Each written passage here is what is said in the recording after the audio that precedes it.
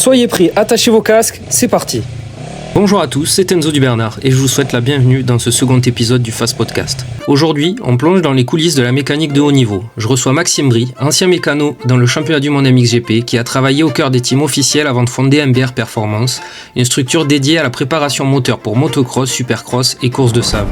De l'usine au banc moteur, entre paddocks internationaux et ateliers en France, Maxime vit la mécanique à 200%. Passion, expertise et exigence absolue sont au programme. Salut Max, merci d'être là. Est-ce que rapidement tu peux te présenter, ton âge, d'où tu viens, quel est ton rôle chez MBR et d'où te vient la passion pour la préparation, la mécanique et tout ce que tu fais? Salut Enzo, du coup Maxime Brie, j'ai 26 ans. J'ai une entreprise spécialisée dans la préparation et l'optimisation des moteurs de motos de compétition, en particulier dans le motocross. Voilà. Du coup, comment t'es venue la passion, cette passion pour la mécanique, la préparation Ça a commencé tout jeune. Je pense que ça vient un petit peu de mon grand-père qui est passionné de tracteurs et de mécanique agricole. Du coup, depuis tout petit, je baigne dans ça. Et puis plus jeune, j'ai commencé la moto un petit peu pour le loisir. Et puis un beau jour, j'ai récupéré une mobilette de mon arrière-grand-père que j'ai démontée et remontée plein de fois. Jusqu'au jour où j'ai commencé à démonter le moteur, à m'intéresser un petit peu à comment ça fonctionnait. Puis à lire des livres sur la préparation des cyclomoteurs, des vieux livres qui étaient très, très enrichissants. Et puis un jour, j'ai fait mon premier moteur de mobilette. Et au début, qui ne marchait pas. Et puis en fait, j'avais la pédale lanceur dessus et quand j'appuyais sur la pédale, le moteur il s'est mis à marcher parce qu'en fait le vario était un peu lourd et j'étais pas dans le bon régime, mais la puissance que j'avais gagnée était plus haute en régime, quoi. Ensuite je faisais les mobs de tous mes potes du lycée, je faisais la préparation des cylindres, je gravais déjà MBR, Maxime Brie Racing sur les cylindres, pareil sur les tables du lycée. D'ailleurs j'étais dans un lycée de mécanique moto, donc je suis parti en mécanique moto pour reprendre les bases de la mécanique. Puis après j'ai doucement appliqué ce que j'avais appris sur les petits cyclomoteurs, sur ma petite 125 de cross et celle des copains. Et voilà, c'est là d'où est partie la passion, quoi. Bien, merci. Un vrai passionné, quoi. Tu as débuté dans un team officiel en championnat du monde, MX2, MXGP. Raconte-nous comment tu as réussi à rentrer dans cet univers compétitif. Quel est le parcours que tu as eu pour en arriver jusque-là? Du coup, j'étais en lycée de mécanique moto et un peu frustré de ne pas apprendre plus sur la performance et l'amélioration des moteurs. Donc je m'ennuyais beaucoup là-bas et je me suis renseigné, j'ai trouvé l'école de la performance à Novaro, qui est une école qui forme les futurs mécaniciens de compétition, auto et moto. Et du coup, pour y rentrer, il faut préparer un concours.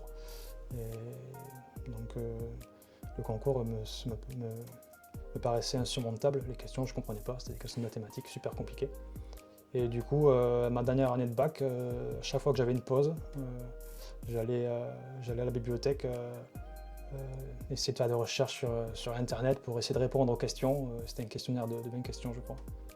J'ai mis 2-3 semaines à réussir à faire la première, et puis à force de faire des calculs, la réponse que j'ai trouvée sur ma calculatrice, c'était la même que la réponse du test. Donc j'ai enfin trouvé la première.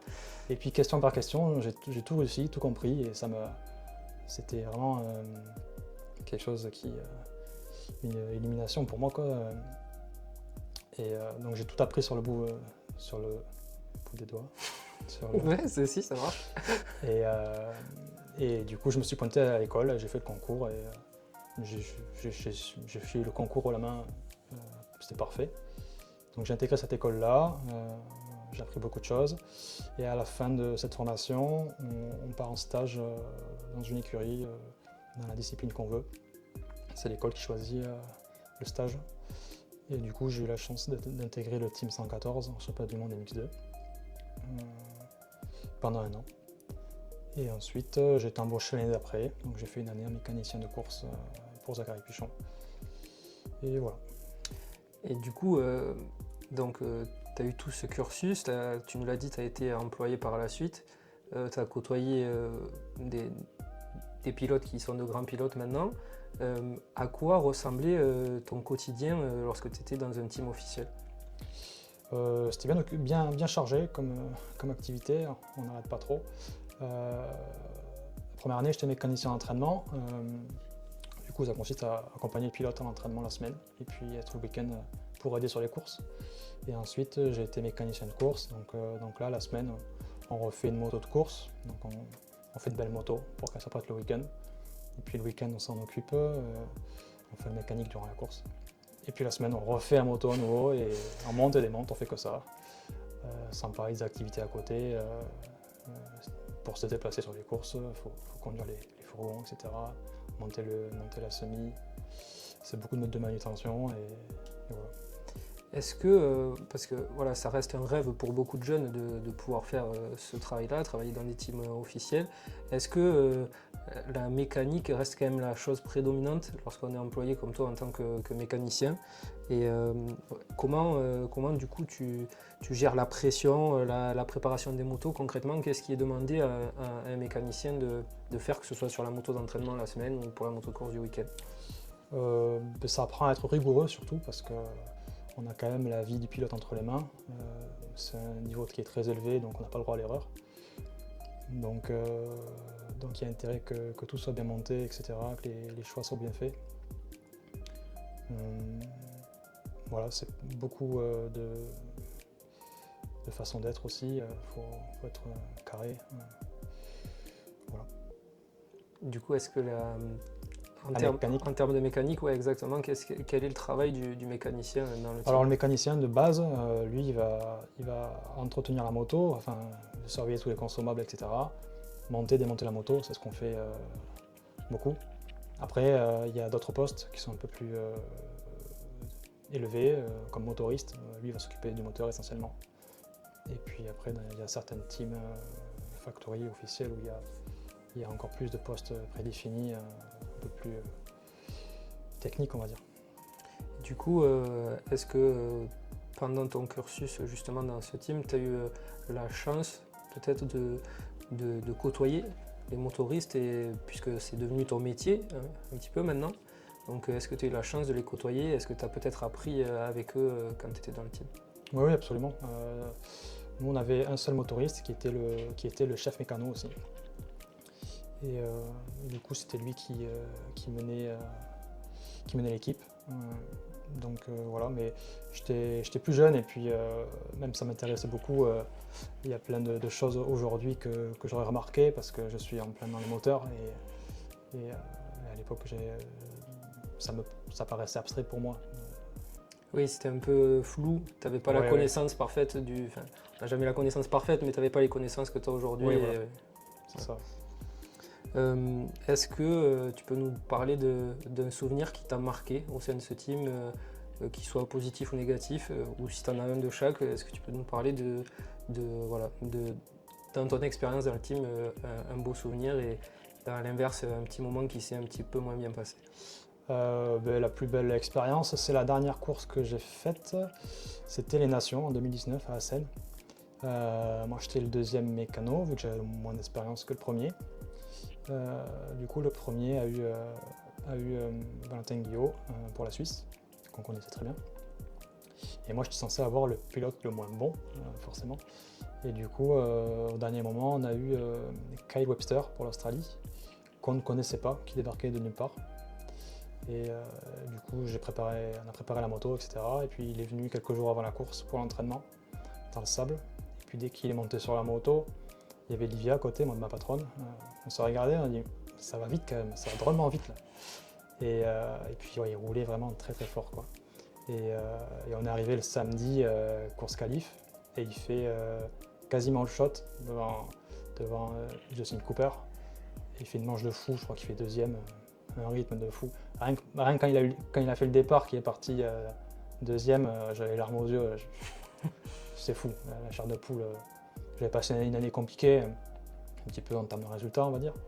Et puis là, de voir que la moto performait, qu'il était content de la moto et tout, incroyable. Et puis le dimanche, il n'y avait plus la mer et les poissons. sur la piste d'Assen, c'est une piste en goudron et il y a du sable posé dessus et tout le sable en fait partait de la piste. Et du coup c'était une journée bien compliquée, mais pareil, il a bien roulé, il a rien lâché. Et ouais, super expérience. Après en termes de pire expérience, on va dire, ouais, je pense que ça arrive à tout le monde dans nos premiers jobs, quand on part innocent, juste on est passionné et qu'on a faim, on a juste envie, mais on est tellement innocent qu'il nous arrive des premières expériences compliquées, quoi. Moi je dirais c'est la première fois que je partais à l'entraînement, j'étais avec Hunter Lawrence, enfin avec les frères Lawrence et puis Bas Vassen, mon pilote, qui était australien et hollandais. Je parlais pas mon anglais et du coup j'ai dû partir dans le sud de la France tout seul à 18 ans, conduire le camion, faire l'entretien de la moto d'entraînement, etc. Alors que je parlais pas anglais et alors qu'on m'avait pas forcément montré trop ce qu'il fallait faire. C'était un désastre. Enfin un désastre. Non, hein, j'ai fait le taf, ça s'est fait, mais avec du recul maintenant je me dis waouh, c'était n'importe quoi. Mais Ouais, et puis je suppose que quand tu arrives au garage et que tu as les deux motos, tu sais pas ce que tu as à faire, tu es un peu perdu sur le moment. Bon, au bout d'un moment, forcément, tu te lances, tu sais que tu dois le faire, mais je veux dire, bah, moi je savais pas tu sais pas comment ils travaillent exactement. Ouais. Je savais pas à quelle périodicité il fallait remplacer les pièces et tout. Je me souviens, je m'étais levé à 5h, je crois, j'ai pas dormi de la nuit, je m'étais levé à 5h là-bas entre les deux entraînements pour changer les poignées, alors qu'elles étaient neuves. C'était juste parce que je pensais qu'il fallait les remplacer, parce qu'il fallait que tout soit nickel, tu vois. Mais bon, ça s'est fait, et puis après, je suis pas le seul à avoir eu une expérience comme ça en toute première expérience, quoi. Ouais, je pense que c'est un peu pareil pour tout le monde, peu importe le secteur d'activité, on se fait tous au début, on a tous des moments comme ça, mais bon, maintenant ça reste peut-être un bon souvenir, enfin je veux dire dans le sens où tu as quand même eu la chance du coup de côtoyer, quand tu parlais de Livia, c'est Livia Lancelot qui est multiple championne du monde en motocross féminin, et puis des pilotes comme Kyle Webster, les frères Lawrence qui sont c'est peut-être un peu tôt pour dire des légendes, mais qui sont presque, qui deviendront très certainement des légendes de ce sport, quoi. Ouais, c'est des mecs super gentils en plus et des sportifs de haut niveau, quoi. Mais j'étais vraiment innocent, quoi. Je pense que ça arrive à beaucoup de personnes, mais pour te dire, la première fois, mon premier Grand Prix à Valkenswaard, je savais même pas comment se déroulait un week-end de course. Je savais même pas qu'il y avait des qualifications, qu'il y avait 2 manches. Moi, j'étais passionné de moteur, mais je sortais de mon mobilette, je voulais juste savoir le secret qu'il fallait mettre dans les moteurs pour qu'ils aillent plus vite, quoi. Et je suis arrivé là-bas, je savais même pas qu'il y avait les qualifs. J'ai appris sur le tas. Ouais, tu regardais peut-être le motocross, mais tu voyais les deux courses du dimanche et tu te disais pas que le samedi, il y avait les essais, les qualifs. Ou alors je regardais juste pour voir les suspensions travailler de la moto dans la sortie de virage, mais je ne m'étais jamais demandé combien de manches il y avait. Excusez-nous, on a eu un petit souci de caméra. Tu étais en train de me dire du coup que tu regardais les courses le dimanche, tout ça, mais plutôt pour voir les suspensions de travailler qu'autre chose, et tu savais pas exactement comment ça fonctionnait. Ouais, ce qui m'intéressait c'était voir les motos rouler, lesquelles allaient le plus vite, et j'avais aucune idée de comment étaient comptés les points après les manches, pour savoir qui était gagnant au championnat ou quoi. Ouais, c'est fou en fait, ça prouve bien que ce qui t'a amené là, c'est vraiment la passion et rien d'autre, quoi. De la mécanique. De la mécanique pure et dure. T'aimais la moto forcément parce que ça fait partie de la chose, mais c'était pas les courses qui t'intéressaient, quoi. Non, ouais. Alors après, je trouve ça fantastique le fait de mettre un pilote qui sait se servir d'une machine super bien, quoi. Mais non, ce qui m'intéresse, c'est savoir pourquoi il y a des moteurs qui vont très vite et d'autres pas, quoi. Ok, merci. Après ton passage dans le team, du coup, tu as décidé de lancer MBR Performance. Comment t'es née cette idée? Est-ce que c'était un rêve que tu avais depuis longtemps, ou est-ce que pour toi c'était juste la suite logique de ton parcours? Ouais, depuis longtemps. Enfin, même la page Instagram et MBR a été créée quand j'étais au lycée, quoi. Même quand j'avais 15-16 ans, quoi. Quand j'étais au lycée, je gravais ça sur les tables. J'avais déjà mon blaze, quoi. Et puis après le team, j'ai bossé 2 ou 3 ans dans notre entreprise pour faire un peu d'expérience. Et puis un beau jour, je me suis retrouvé un peu bloqué et je me suis dit mais en fait c'est maintenant, c'est là. Donc j'ai récupéré un local et puis c'est parti. Et puis voilà aujourd'hui, quasiment 4 ans plus tard. Et tu as plein de choses que je vous mettrai à l'image. Très bel atelier et tu es très bien équipé, quoi. Ouais, encore que matos, il en faudrait encore plus. Il en faut toujours plus, ça c'est le problème. Pour faire du bon travail, faut ça viendra avec bons le outils. temps. Ouais. Est-ce que tu peux nous expliquer concrètement ce que tu proposes aujourd'hui comme prestation chez MBR? Est-ce que c'est que de la préparation? Est-ce que tu fais de l'entretien? Est-ce que tu peux passer des motos au banc? Est-ce que tu fais un suivi pour certains pilotes? Quel est tout le panel que tu proposes chez MBR? Alors c'est plutôt simple, je suis spécialisé dans le moteur, donc ça commence par de l'entretien, ensuite de la préparation, donc l'optimisation, donc ça c'est modifier les composants du moteur pour qu'ils soient plus rapides et plus performants. Et après ça finit par de la mise au point, donc la mise au point c'est adapter le moteur au circuit, enfin rendre le moteur et la moto rapide sur le circuit, donc ça se traduit par souvent un déplacement sur les circuits. Pour les 4 temps, il y a beaucoup d'injections maintenant, électroniques, donc ça passe par de la télémétrie pour faire changer le caractère du moteur. Et puis ensuite, les 2 temps, c'est des réglages de la carburation, etc. Ok. Deuxième problème de caméra, on est reparti. Du coup, est-ce que tu prends uniquement des pièces d'origine ou déjà travaillées que toi tu retravailles derrière, ou est-ce que tu crées toi tes propres pièces, certains composants que tu fais toi-même? Alors il y a beaucoup de pièces d'origine, de composants de moteur d'origine que j'optimise, que j'améliore. Du coup, il faut aussi la conception du dessin de pièces, pas mal de pièces en impression 3D et en divers alliages de plastique.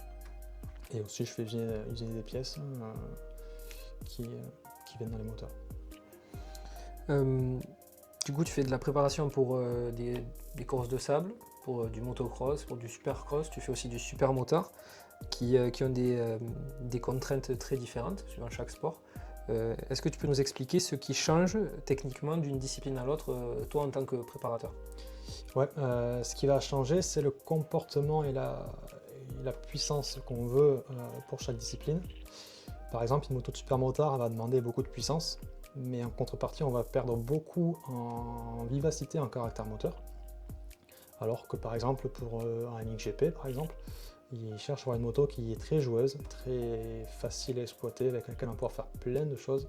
Par contre, on n'a pas un moteur qui est très puissant à l'origine, mais ils n'en ont pas besoin de cette puissance. Et ensuite, ce qui peut varier, c'est aussi les contraintes d'effort. Sur des courses d'endurance pour le sable, on va avoir des moteurs qui vont devoir être fiables, pas trop chauffés et durer toute une course de 2h30. Et en supercross, on va pouvoir prendre plus de liberté avec les limites, se rapprocher beaucoup des limites, quoi. Et vu que le temps de manche est beaucoup plus raccourci, tu peux te permettre d'avoir des moteurs qui vont peut-être tenir moins longtemps, mais tu sais que tu as sur une journée peut-être 1 heure de moto à faire quand tu es pilote de supercross, entre 2-3 manches, les essais, tout ça. Donc tu peux essayer de faire quelque chose de plus performant, mais beaucoup moins fiable. Oui, c'est sûr que les périodicités d'entretien vont être plus serrées sur des moteurs qui vont prendre 15 600 tours. Mais bon, il y a aussi la texture, quand on est dans le sable, qu'il y a beaucoup de charge, le moteur, il souffre beaucoup, il chauffe beaucoup, et en supercross, on est sur la terre aussi qui a beaucoup de grip, c'est très roulant, donc rien à voir, quoi. Au-delà de la préparation moteur pure et dure, à quoi tu touches? Est-ce que tu vas toucher on va dire à la cartographie d'allumage? Qu'est-ce que tu peux faire au-delà de la préparation moteur? Oui, au-delà de la préparation moteur, il y a de la conception de pièces que je fais, des pièces spéciales en impression 3D ou même la conception d'autres pièces pour les teams. Je peux pas trop en parler parce que ça reste confidentiel, tu as le droit, il n'y a pas de problème. Et après, oui, après la cartographie et tout, mais ça rend dans la mise au point, quoi. On va revenir un petit peu sur MBR. Créer son entreprise, c'est pas toujours simple de nos jours, c'est même plutôt compliqué. Comment tu gères aujourd'hui ton équilibre entre l'atelier, les clients, les courses et ta vie perso? Un peu compliqué. Je comprends. Quand on se lance, ouais, j'aime mon rythme, je fais des bonnes journées quand même et je travaille quasiment tout le temps, quasiment tous les week-ends. Donc après, à côté, la vie perso c'est autre chose. Bon, pour l'instant je suis jeune, donc faut mettre du gaz, quoi. Ensuite, ce qui est important, c'est d'être reposé, en bonne santé physique être toujours motivé dans sa tête. Donc c'est pour ça que j'ai pas un gros rythme, je me lève pas à 5 heures tous les matins, quoi. C'est quand même, je travaille tout le temps, mais avec un rythme tranquille pour rester concentré et avoir toute ma tête, quoi. Ouais, puis ça fait partie des métiers où c'est très précis tout ce que tu fais. Tu peux pas te permettre d'arriver en ayant dormi 3 heures, surtout quand tu travailles comme toi, que ce soit pour du pilote amateur ou du team officiel. Forcément, il y a des exigences qui sont différentes, mais voilà, tu peux pas te permettre de faire les choses à moitié, entre guillemets. Ouais, c'est ça, c'est très précis. Même quand je fais de l'usinage ou quoi, c'est au centième. Du coup, il faut être réveillé, quoi, le matin. Quelle est ta partie préférée, toi, dans ton métier? Est-ce que c'est ce qui est toute la partie technique? Est-ce que c'est le contact que tu peux avoir avec les pilotes, ou est-ce que c'est tout simplement le fait de voir ton travail performer en piste? Ce que je trouve satisfaisant, c'est partir de rien, juste faire la métrologie, donc mesurer les choses, faire des calculs, en déduire des choses. À partir de ça, faire un peu d'usinage, créer une pièce en impression 3D, en conception. Et puis à la fin, quand on assemble le tout et qu'on arrive sur le banc, et on gagne de la puissance, et ça c'est magique, quoi. Et après ça, et quand la moto est sur la piste et qu'elle fait le départ et qu'elle part devant toutes les autres motos, c'est une satisfaction, le sentiment il doit être vraiment... Mais vraiment de partir de rien, quoi. C'est pas acheter une pièce spéciale qui coûte super cher, non, c'est juste on part de la pièce d'origine et on comprend des choses, on voit des choses, on bosse sur la soufflerie par exemple, pour améliorer les conduites culasse. Et puis de la théorie sort des bons résultats, quoi. À l'inverse, qu'est-ce qui est le plus difficile? Est-ce que ça peut être tenir les délais, la pression du résultat que tu peux avoir peut-être avec des teams officiels, ou la charge de travail que tu peux avoir? Je pense que comme tout entrepreneur ou tout sportif de haut niveau, le plus dur c'est l'échec. Et c'est la réaction face à l'échec. Donc si on est fort et qu'on rebondit et que ça nous rend plus fort, c'est là qu'on évolue et qu'on fait des affaires ou qu'on fait des résultats sportifs. Mais si on s'écroule et qu'on déprime un moment de choses, qu'on rate ou qu'on loupe ou qui ne réussit pas comme on voudrait, on va pas bien loin, quoi. Et l'échec fait partie il y en aura forcément, mais c'est vraiment ce que tu dis, quoi. Être capable de se dire j'ai peut-être échoué cette fois-là, mais on se remet au travail et puis ça ira mieux la prochaine fois. Surtout dans la compétition, c'est qu'au final, il n'y a qu'un seul gagnant de la course et puis les autres, c'est que des perdants, quoi. Et ça, c'est un peu dur à accepter quand on aime la compétition et le challenge. Et voilà, il faut prendre le positif et puis sans cesse se remettre en question. Et voilà. Le monde de la mécanique évolue assez vite, il y a de plus en plus de choses, de l'électronique, on a de plus en plus de data, maintenant l'injection sur les motos. Comment tu as vu évoluer le métier de préparateur, et est-ce que tu as un avis sur ce qu'il sera peut-être dans le futur, ce métier? Alors, vu évoluer, je pourrais pas dire ça parce que je suis... Je crois que ça enregistre toujours. Ok. Il dit quoi? Et la charge reprendra quand la température sera revenue à la normale. Ah, mais c'est parce qu'il charge que ça chauffe. Ouais. Je disais, du coup, vu évoluer, je dirais pas ça parce que je suis jeune et je commence mon activité, etc. Je suis toujours en train de prendre de l'expérience. Je pense qu'il faut au moins 10 ans pour être un bon mécanicien. Même si mon premier cylindre, je l'ai gratté il y a 10 ans, en fin de compte. Mais c'est vrai qu'aujourd'hui, il y a beaucoup d'électronique sur les motos, injection électronique. Donc pour régler une moto comme il faut passer par la télémétrie. Donc aujourd'hui, je me déplace sur le circuit avec une acquisition de données. Donc c'est quelque chose qui est sur la moto, qui enregistre tout ce qui se passe sur la moto. Et grâce à ça, on peut voir en temps réel comment se comporte le moteur et pouvoir modifier l'injection, mettre plus d'essence, moins d'essence à certains endroits. Et voilà. Et du coup, toi, tu as la possibilité de te déplacer sur les circuits et de vraiment pouvoir rentrer dans la cartographie vraiment de la moto sur place, et de pouvoir peaufiner les réglages. Ça peut être intéressant pour les gens qui nous regardent, qui peut-être souhaiteraient un jour travailler avec toi.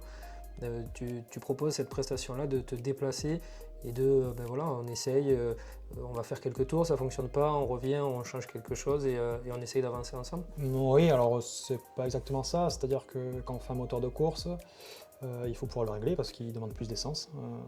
Donc on dégrossit la cartographie sur le banc, mais ensuite entre le banc et la piste, c'est pas la même chose, il n'y a pas de saut, il n'y a pas de trou, il n'y a pas de freinage.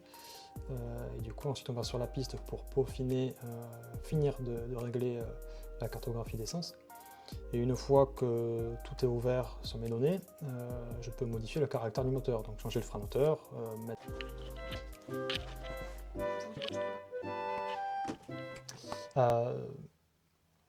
Je peux modifier le caractère du moteur, modifier le frein moteur, rendre la moto plus douce, plus agressive,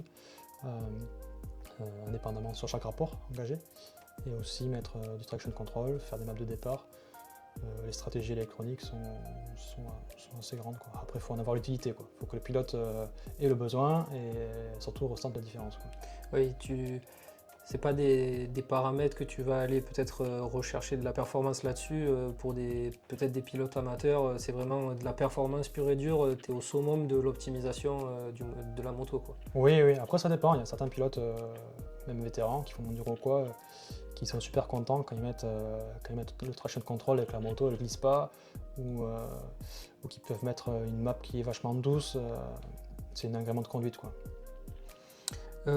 Du coup, quels sont tes objectifs, toi, à moyen ou long terme, pour toi, pour MBR Performance voilà, comment tu te vois évoluer dans le temps? C'est continuer d'évoluer comme ça, autant sur la demande, donc travailler de plus en plus avec des personnes professionnelles, pas forcément des pilotes professionnels, mais avec même des pilotes amateurs, mais qui gèrent leur passion, la moto de manière professionnelle, donc en ayant une bonne moto, une bonne monture, en prenant soin de la mécanique, quoi. Et ensuite continuer à avoir un atelier qui s'équipe au fur et à mesure, que financièrement ça tourne toujours, et puis voilà, comme tout entrepreneur, faut que ça marche, quoi. C'est tout ce qu'on te souhaite. Maintenant qu'il y a tous les crédits, il faut les payer, quoi. Pour finir, quel conseil tu donnerais à un jeune qui peut-être souhaiterait faire l'école de la performance, travailler dans un team officiel ou créer sa propre boîte, si tu devais le conseiller sur le chemin à parcourir et ce qui est le moteur de tout ça, qu'est-ce que tu lui dirais? Le moteur, c'est la passion, parce qu'on a beau faire des écoles, etc. Si on n'est pas passionné, moi je pense que le plus de choses que j'ai appris, c'est à côté, en lisant des livres, en regardant, en m'intéressant, en faisant mes propres expériences, on va dire. Et ensuite, c'est un milieu qui est compliqué, on ne gagne pas forcément beaucoup d'argent non plus, donc il faut être passionné pour faire des heures, pour en bouffer, quoi. Et après, au niveau du parcours, oui, c'est sûr que l'école de la performance, c'est un bon endroit où on peut passer, quoi. Mais après, c'est à nous d'être motivé pour aller dans les bonnes écuries, et rencontrer les bonnes personnes, et aussi avoir un bon savoir-être. Mais bon, ça, je pense que c'est pour tous les métiers, quoi. Je pense que oui, c'est partout pareil. Et écoute, merci Max pour ton temps, pour ta transparence et la transmission de ta passion. Pour ceux qui souhaitent suivre les aventures de Max, je vous mettrai en description les liens vers la page de MBR Performance. Et puis on se retrouve bientôt pour le 3e épisode du Fast Podcast.